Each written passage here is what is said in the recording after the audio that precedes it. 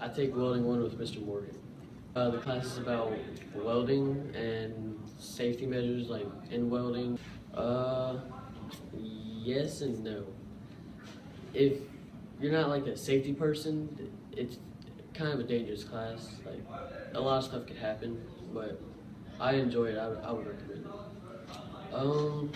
Probably the part where you get to weld and $50. I'm in welding too, and Mr. Morgan is my teacher. It requires responsibility because you're operating really expensive machinery and responsibilities so you don't waste it. Yes, there's a NCCR Core Welding 1 certification and Welding 2.